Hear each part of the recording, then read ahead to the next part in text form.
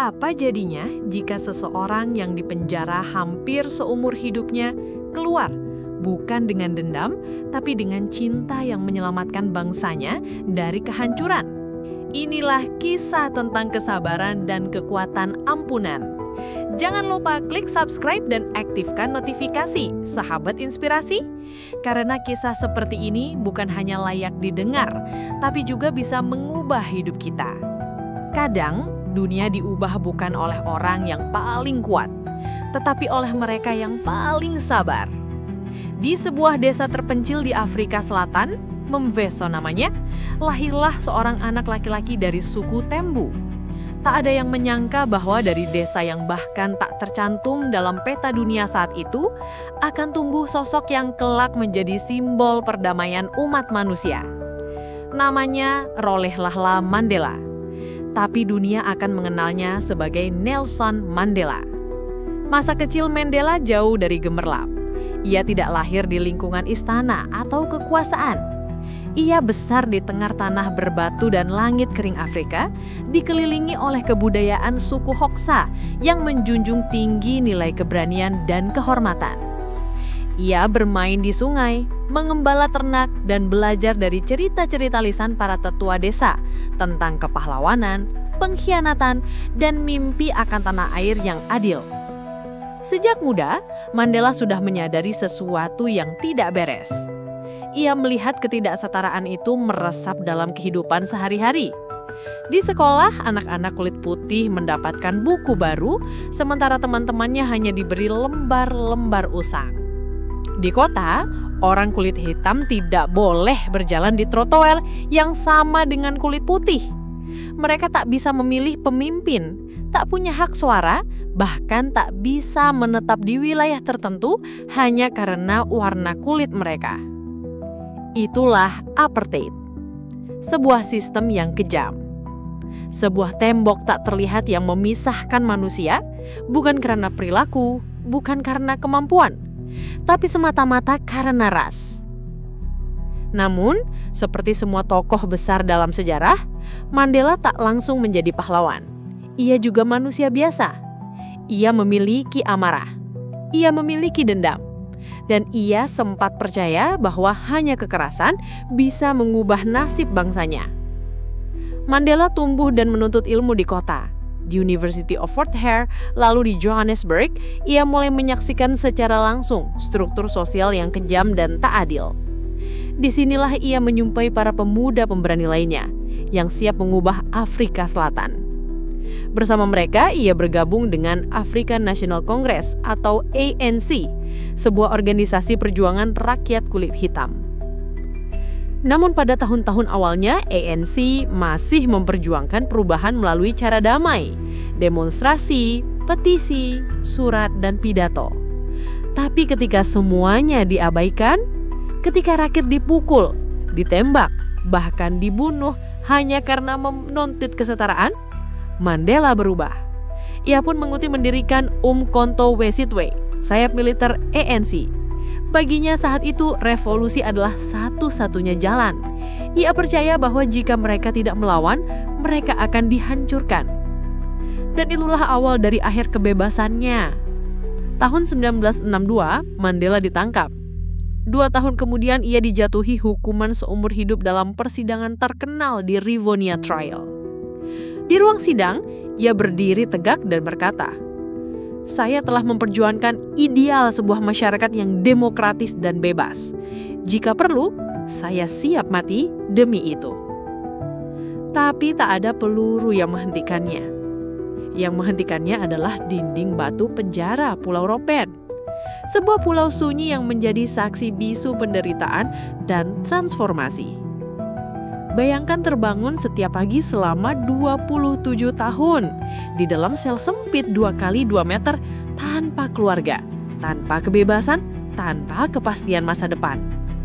Itulah kenyataan Mandela. Ia dipisahkan dari dunia luar, dari istri dan anak-anaknya. Ia dipaksa bekerja di tambang batu kapur setiap hari. Ia bahkan dilarang mengenakan kacamata selama bertahun-tahun hingga matanya rusak karena pantulan cahaya putih. Namun di sanalah, di balik jeruji yang dingin dan keras, sebuah kesadaran mulai tumbuh. Awalnya Mandela menyimpan amarah. Ia membenci sistem. Ia ingin melawan. Tapi bertahun-tahun kesendirian memberinya waktu untuk berpikir, untuk membaca, untuk memahami musuh-musuhnya, dan bahkan memahami dirinya sendiri. Dan di tengah malam yang dingin dan penuh diam itu, Mandela mulai menyadari satu hal besar. Kebencian tidak pernah bisa mengalahkan kebencian. Kekerasan tidak akan pernah menyatukan bangsa. Dan balas dendam hanya akan menciptakan lebih banyak luka. Anak kecil yang mengubah segalanya. Suatu hari, Mandela menerima foto kiriman diam-diam dari luar. Foto itu kecil, kusam, tapi menghantam jiwanya lebih kuat dari pukulan manapun. Dalam foto itu ada seorang anak kecil berumur kira-kira 7 tahun, terluka, tubuhnya kotor dan berdarah, berdiri di samping reruntuhan rumahnya. Matanya memandang lurus, tanpa harapan. Anak itu bukan keluarganya. Anak itu bukan bagian dari perjuangan politik. Tapi anak itu adalah korban dari kekerasan. Mandela tahu jika perlawanan berdarah terus berjadi, akan ada ribuan anak seperti itu.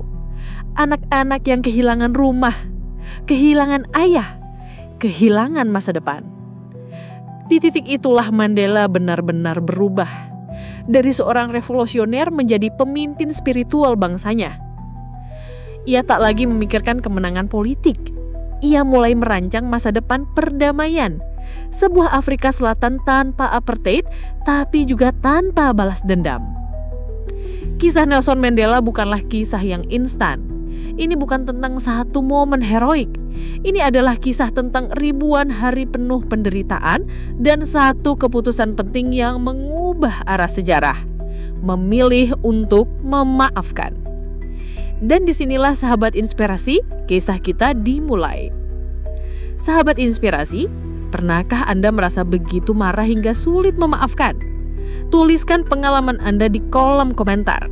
Karena seperti Mandela, mungkin kita semua bisa mulai dengan satu langkah kecil menuju kedamaian. Di balik tembok penjara, Mandela membangun kekuatan bukan dengan senjata, tapi dengan kata-kata.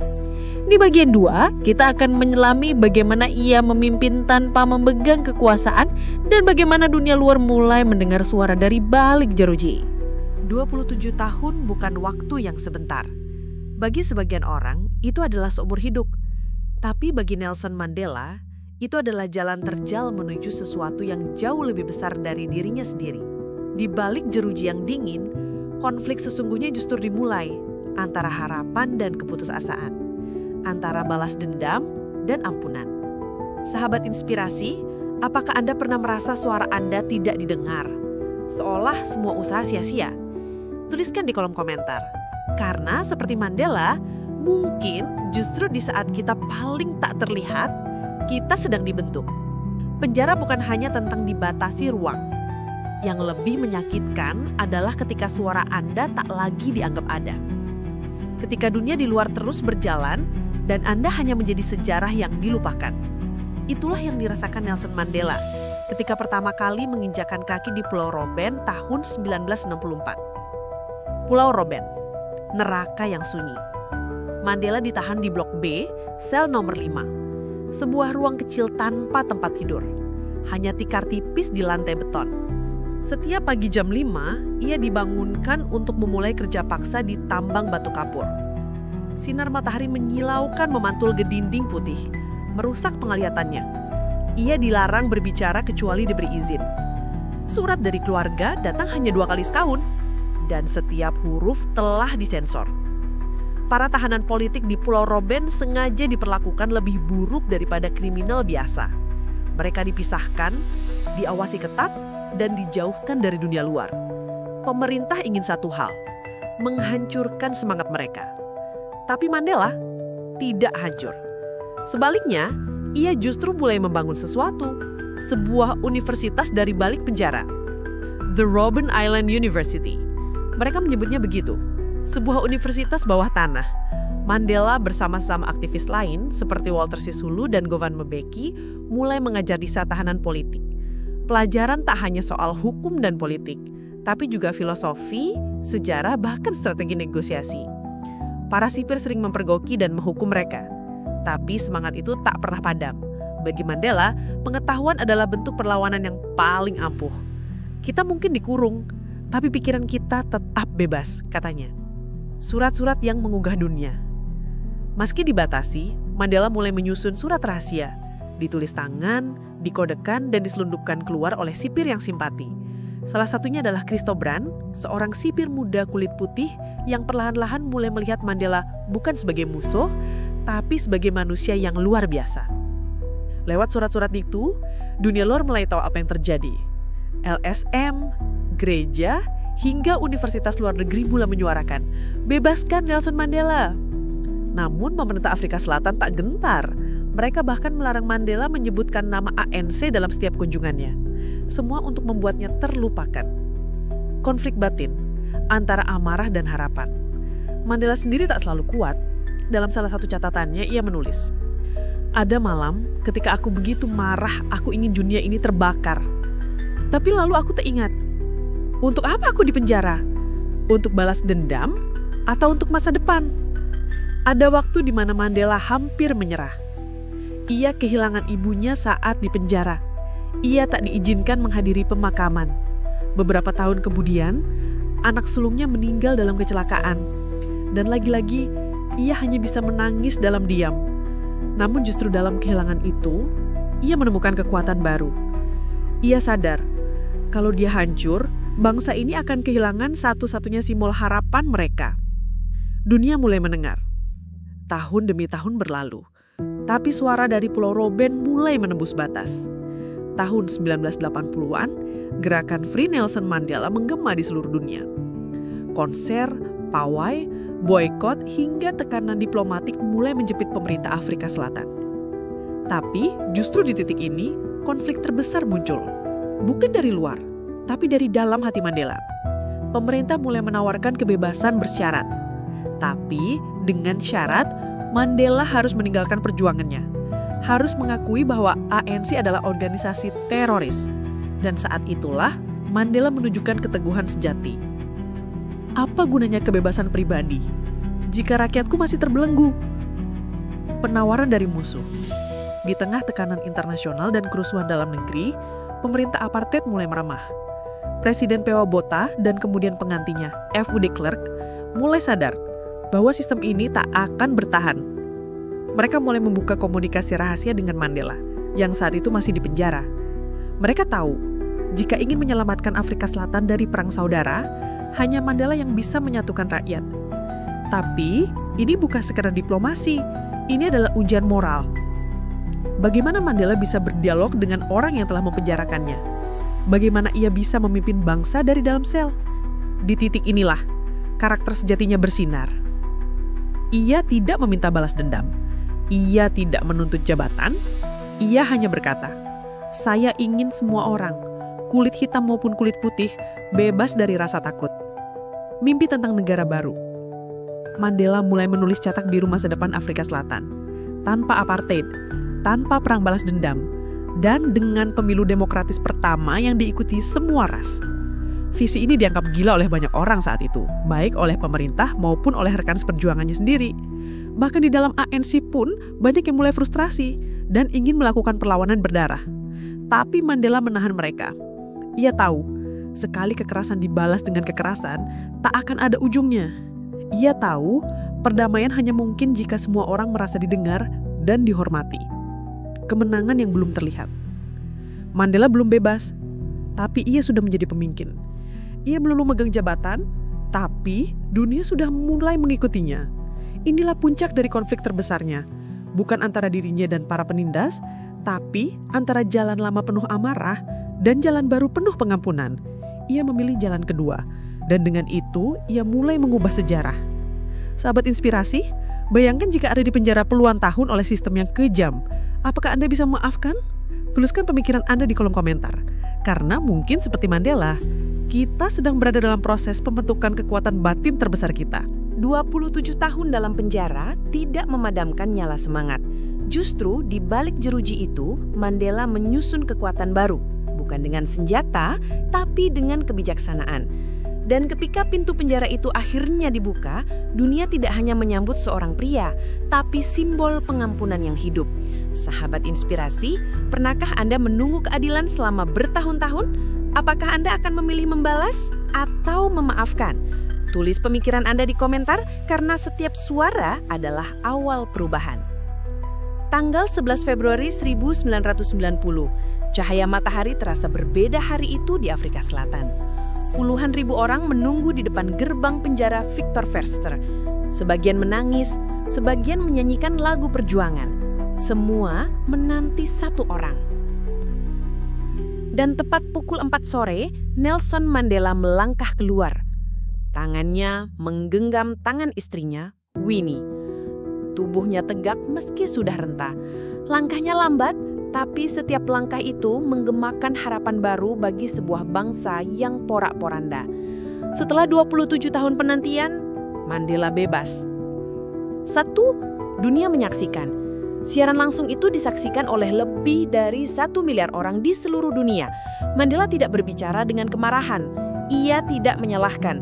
Ia berdiri di depan mikrofon dan berkata, "Saya berdiri di hadapan Anda tidak sebagai nabi, tetapi sebagai hamba yang rendah hati dari Anda, rakyat." Alih-alih membakar semangat perang, Mandela menyerukan rekonsiliasi. Alih-alih menuntut balas, ia meminta pengampunan. Dan dunia tercengang. Tapi jangan salah, Afrika Selatan bukan negara damai saat itu. Ia adalah negara yang berdarah. Konflik antar ras, antar partai, antar kelompok bersenjata terjadi setiap minggu. ANC berseteru dengan Inkatha.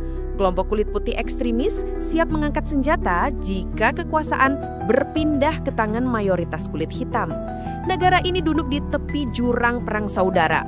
Disinilah Mandela benar-benar diuji. Ia tahu, satu kata salah dari mulutnya, maka darah akan tumbah. Satu reaksi penuh amarah darinya, maka Afrika Selatan akan menjadi ladang pembantaian.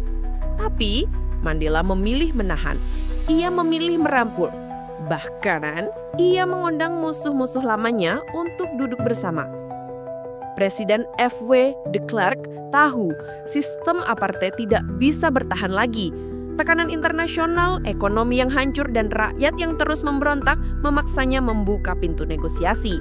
Dan anehnya, musuh yang ia penjarakan sekarang duduk di hadapannya sebagai mitra perundingan.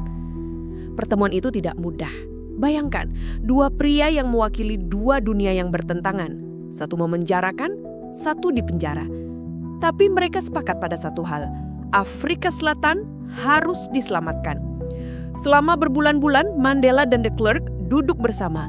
Mereka merumuskan transisi kekuasaan damai, membentuk sistem baru, dan menyiapkan pemilu multiras pertama dalam sejarah negeri itu. Ancaman di mana-mana, namun tak semua orang senang. Mandela dihujani ancaman pembunuhan. Kelompok radikal kulit hitam menganggapnya terlalu lunak. Kelompok supremasi kulit putih menyebutnya bahaya bagi bangsa. Satu hari, Mandela mendapat informasi bahwa ada plot pembunuhan saat ia akan menghadiri rapat umum. Pengawalnya panik, tapi Mandela hanya berkata, "Jika saya harus mati, saya akan mati berdiri demi perdamaian." Dan ia tetap datang, ia tetap menyapa, ia tetap tersenyum. Hari yang mengubah sejarah, 27 April 1994. Untuk pertama kalinya, rakyat Afrika Selatan dari semua ras berdiri sejajar dalam satu antrian. Mereka mengantri untuk memilih, untuk memiliki suara, untuk menentukan masa depan mereka sendiri. Banyak yang menangis saat mencobloskan. Beberapa bahkan mencium tinta di jarinya, karena itu bukan sekedar tinta. Itu adalah lambang dari harga diri yang selama ini dirampas. Hasilnya, Nelson Mandela terpilih sebagai presiden kulit hitam pertama Afrika Selatan. Dengan suara mayoritas, tanpa kekerasan, tanpa kudeta, tanpa balas dendam. Hari pelantikan, sebuah simbol baru. Tanggal 10 Mei 1994, Stadium Union Buildings dipenuhi 60.000 orang, termasuk tokoh-tokoh dunia. Presiden, raja, dan mantan penjaga penjara Mandela. Mandela naik ke podium, Ia tidak mengenakan pakaian militer. Ia tidak membawa tongkat kekuasaan. Ia hanya mengenakan jas sederhana dan senyum pasaham. Kita telah memilih harapan bukan ketakutan. Kita telah memilih masa depan bukan masa lalu. Dan di langit Pretoria, pesawat militer mengudara, tapi untuk pertama kalinya pesawat itu terbang untuk menghormati seorang tahanan politik yang kini jadi pemimpin tertinggi. Komisi Kebenaran dan Rekonsiliasi. Langkah pertama Mandela sebagai presiden bukan menuntut balas, tapi membentuk Truth and Reconciliation Commission atau Komisi Kebenaran dan Rekonsiliasi. Ia mengundang para pelaku kekerasan, baik dari pemerintah maupun pejuang perlawanan, untuk bersaksi, untuk mengaku, dan untuk memaafkan. Beberapa mengatakan ini terlalu lembek, tapi Mandela tahu bangsa ini butuh penyembuhan, bukan penghakiman. Mandela telah memenangkan perang tanpa menembakkan satu peluru pun. Ia membuktikan bahwa kesabaran lebih kuat dari kekerasan dan ampunan lebih tajam dari pedang. Ia mengubah bangsa yang terpecah menjadi negara demokrasi paling damai di benua Afrika. Dan semua itu berawal dari satu keputusan untuk tidak membalas dendam. Sahabat Inspirasi, hari ini kita menyaksikan bahwa kekuatan terbesar manusia bukan berada di tangan, tapi di hati. Jika Anda terinspirasi oleh keputusan Mandela untuk memaafkan, tekan like dan tulis pesan Anda di komentar, karena setiap suara adalah awal perubahan. Di bagian selanjutnya kita akan melihat bagaimana Mandela memimpin di tengah tekanan, menjaga perdamaian dan mewariskan nilai-nilai universal yang tetap hidup hingga hari ini. Ini bukan hanya kisah tentang kemenangan, tapi tentang tanggung jawab atas masa depan. Mandela tak hanya bebas, ia memimpin. Tapi kepemimpinan yang lahir dari penderitaan tidak datang dengan kemewahan, melainkan dengan beban. Dan disinilah ujian sesungguhnya dimulai. Bagaimana memimpin bangsa yang pernah menyakitimu tanpa menyakiti kembali. Sahabat Inspirasi, jika Anda diberi kekuasaan setelah disakiti, apa yang akan Anda lakukan? Bagikan pendapat Anda di komentar, karena kisah ini mengajarkan bahwa kekuasaan bukan untuk membalas, tapi menyembuhkan. Tanggal 10 Mei 1994. Mandela berdiri di podium sebagai Presiden Afrika Selatan. Namun di dalam hatinya, ia tahu, jabatan hanyalah awal dari tanggung jawab yang jauh lebih besar. Karena bangsa yang baru lahir masih terluka. 1. Kepemimpinan di atas luka. Mandela tidak mewarisi negara yang stabil.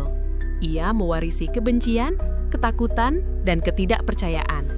Rakyat kulit putih takut kehilangan semua yang mereka miliki. Rakyat kulit hitam menuntut keadilan setelah bertahun-tahun ditindas. Dunia menatap, menunggu apakah transisi ini akan gagal seperti banyak negara lain. Namun sejak hari pertama menjabat, Mandela menunjukkan gaya kepemimpinan yang tidak biasa. Ia mendekat ke musuh, ia mendengar semua pihak, dan ia bersikeras bahwa ini bukan soal kulit, tapi soal kemanusiaan. 2. Mengunjungi penjara yang sama. Beberapa bulan setelah menjadi presiden, Mandela melakukan sesuatu yang mengejutkan semua orang. Ia kembali mengunjungi Pulau Robben. Bukan untuk membakar masa lalu, bukan untuk menunjukkan superioritas, tapi untuk menunjukkan pada dunia bahwa tempat yang menyakitimu tidak harus mengikatmu. Di sana, ia berjalan melewati sel kecil yang pernah menjadi dunianya selama 18 tahun. Ia berdiri diam, matanya memandangi jeruji, lalu ia tersenyum tipis. Tempat ini bukanlah kutukan, tapi tempat pembentukan. 3. Rugby dan rasa hormat. Tahun 1995, Afrika Selatan menjadi tuan rumah Piala Dunia Rugby. Olahraga ini sangat identik dengan kaum kulit putih, bahkan menjadi simbol apartheid. Rakyat kulit hitam ingin memboikot. Mereka ingin mengganti logo, nama tim, bahkan warna seragam.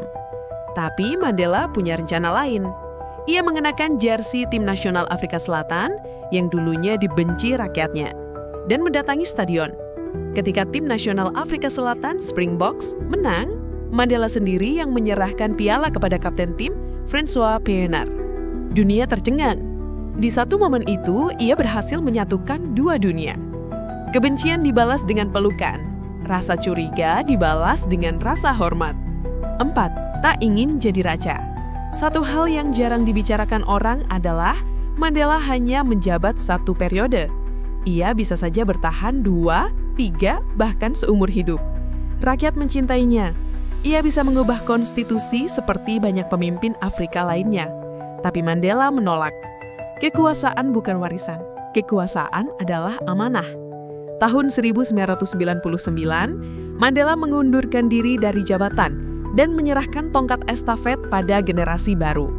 Ia tahu, kepemimpinan sejati adalah ketika kita tahu kapan harus melangkah pergi. 5. Komitmen pada perdamaian global. Setelah pensiun, Mandela tidak berhenti.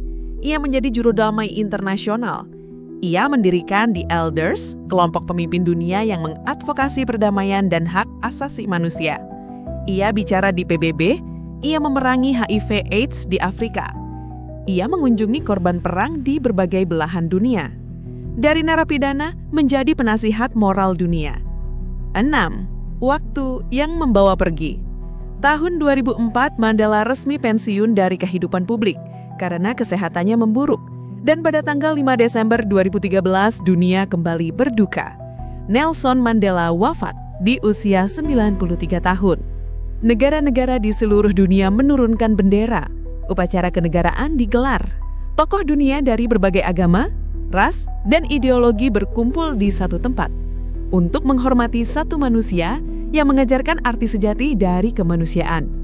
7. Warisan yang tak pernah hilang. Hari ini, Afrika Selatan bukan tanpa masalah. Namun berkat Mandela, negara itu berdiri di atas fondasi yang kuat, demokrasi, kesetaraan, dan perdamaian. Di seluruh dunia nama Mandela diabadikan. Nama jalan, sekolah, bahkan hari libur nasional. Tapi lebih dari itu, namanya hidup dalam prinsip. Setiap kali seseorang memilih berdialog dibandingkan menyerang, setiap kali seseorang memaafkan meski punya kuasa membalas, itu adalah Mandela yang hidup dalam kita. Mandela bukan malaikat. Ia pernah marah, pernah ingin melawan dengan kekerasan, pernah merasa putus asa. Tapi ia memilih untuk menjadi lebih besar dari luka-lukanya. Dan karena itulah, dunia menjadi tempat yang lebih berdamai. Sahabat inspirasi, jika Anda merasa tersentuh oleh kisah ini, tekan like dan bagikan cerita ini ke orang yang Anda sayangi. Dan sajikan komentar Anda tentang kisah ini. Apa yang tersisa dari seorang manusia setelah ia tiada? Bukan kekayaan, bukan kekuasaan, tapi nilai-nilai yang ia perjuangkan sampai akhir. Dan bagi Nelson Mandela, warisannya bukan sekedar sejarah, tapi nafas bagi jutaan jiwa yang memilih untuk tetap percaya pada kebaikan. Sahabat inspirasi, apakah Anda mengenal seseorang yang hidupnya mengubah cara pandang Anda terhadap dunia? Bagikan kisah itu di komentar, karena mungkin itulah cara kita menjaga api inspirasi tetap menyala. Tanggal 5 Desember 2013, di Johannesburg, Afrika Selatan, suara sirine tidak mengantar kemarahan, tapi kesedihan. Nelson Rolihlahla Mandela, Presiden pertama Afrika Selatan yang dipilih secara demokratis, pejuang HAM, simbol pengampunan dunia, telah wafat di usia 95 tahun. 1. Duka yang menyatukan dunia. Untuk pertama kalinya dalam sejarah modern, para pemimpin dari seluruh dunia, dari Amerika hingga Cina, dari Vatikan hingga Palestina, datang ke satu tempat, bukan untuk membahas perang atau perdagangan, tapi untuk menghormati satu orang. Di Stadion Soccer City, tempat Mandela pernah menyapa dunia saat Piala Dunia 2010, ratusan ribu orang berkumpul. Mereka tidak hanya menangis, mereka menyanyikan lagu perjuangan. Mereka merayakan hidup seorang manusia yang tidak pernah membalas kejahatan dengan kejahatan. Dan di momen itu, dunia menyadari Mandela telah menjadi lebih dari sekedar tokoh. Ia adalah simbol. Makna dari nama Madiba. Rakyat Afrika Selatan menyebutnya dengan penuh hormat, Madiba. Itu bukan nama belakang. Itu adalah nama klan dalam budaya Xhosa yang menunjukkan penghormatan tertinggi.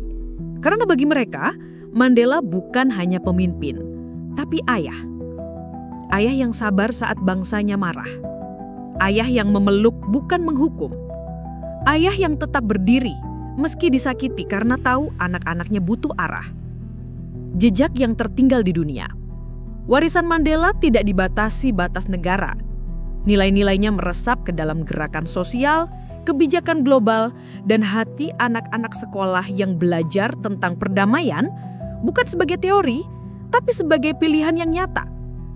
Hari Mandela Internasional ditetapkan PBB setiap 18 Juli bukan untuk sekedar mengenang, tapi mengajak setiap orang menyumbang 67 menit waktunya untuk kebaikan. 67 menandai jumlah tahun Mandela mengabdikan hidupnya bagi publik. Di ratusan negara, sekolah, taman, jalan raya, dan rumah sakit dinamakan menurut namanya. Dalam literatur, seni, film, hingga musik, Mandela menjadi subjek yang tak pernah habis diceritakan. Inspirasi bagi generasi muda. Setiap anak muda yang ingin memperjuangkan keadilan tanpa kekerasan akan selalu menemukan jalan kembali pada kisah Mandela. Setiap aktivis yang merasa kecil di hadapan sistem akan teringat bahwa seorang tahanan bisa mengubah dunia. Dan setiap orang yang pernah diperlakukan tidak adil akan tahu bahwa balas dendam bukan satu-satunya jalan untuk menang.